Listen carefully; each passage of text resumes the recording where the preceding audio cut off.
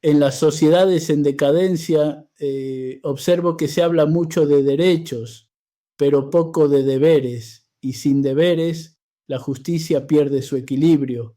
Por eso hoy quiero hablarle de lo que llamo justicia productiva, la idea de que cada uno debe producir al menos lo que consume.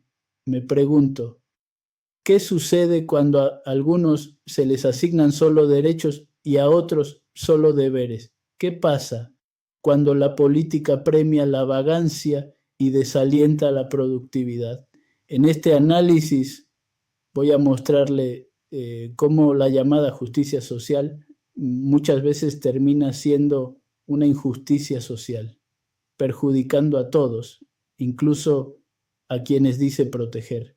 En las sociedades en decadencia predomina la promoción de derechos, sin una similar promoción de deberes. De ahí que poco se habla de la justicia productiva, por la cual cada integrante de la sociedad tiene el deber de producir por lo menos lo que consume. Si hay necesidades, por cada necesidad debe surgir un deber para satisfacerla.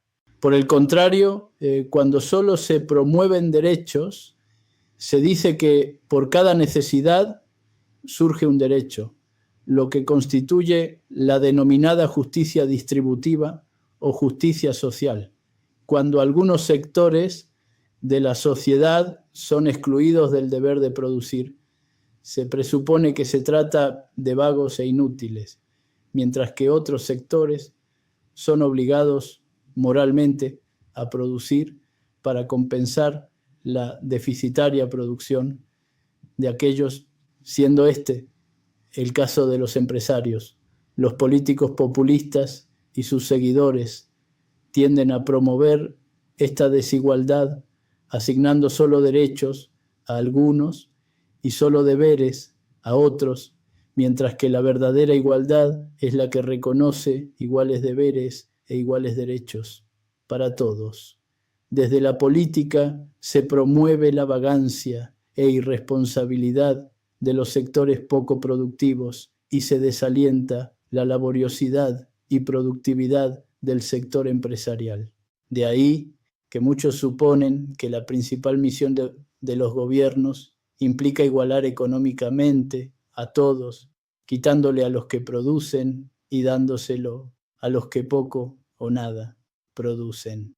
Walter E. Williams escribió: permítame ofrecerle mi definición de justicia social. Yo me quedo con lo que gano y usted se queda con lo que usted gana. ¿No está de acuerdo? Bueno, entonces explíqueme, ¿cuánto de lo que yo gano le pertenece a usted y por qué? El caso extremo es el socialismo, al menos teóricamente. Se supone que todos deben recibir iguales remuneraciones bajo el lema de cada uno según su capacidad, a cada uno según su necesidad. Si suponemos que en una población hay 1 millón de trabajadores, cada uno ha de recibir una millonésima parte de la producción total. Si uno de ellos decide no producir nada o bien decide producir el doble, prácticamente no verá disminuido ni aumentado lo que recibe. De ahí que surge la tendencia a trabajar lo menos posible. Los trabajadores socialistas, o gran parte de ellos, son presionados por el sistema a convertirse en parásitos sociales, ya que lo que reciben como pago, poco o nada, depende de la productividad propia. Por el contrario, en las economías de mercado se establecen los intercambios asociados al trabajo en lugar de la distribución estatal, ganando más quien más produce, o al menos esa es la tendencia predominante. Friedrich A. Hayek escribió: el concepto de justicia social se utiliza hoy en todas partes como sinónimo de lo que hasta ahora se llamaba justicia distributiva.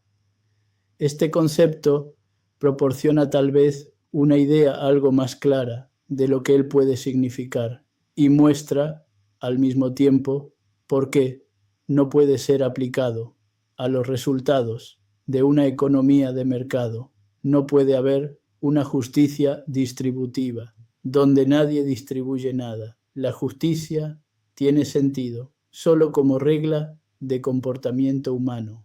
Ninguna regla imaginable de comportamiento de los individuos que en una economía de mercado se abastecen mutuamente de bienes y servicios podría generar una distribución de la que pudiera decirse razonablemente que sea justa o injusta.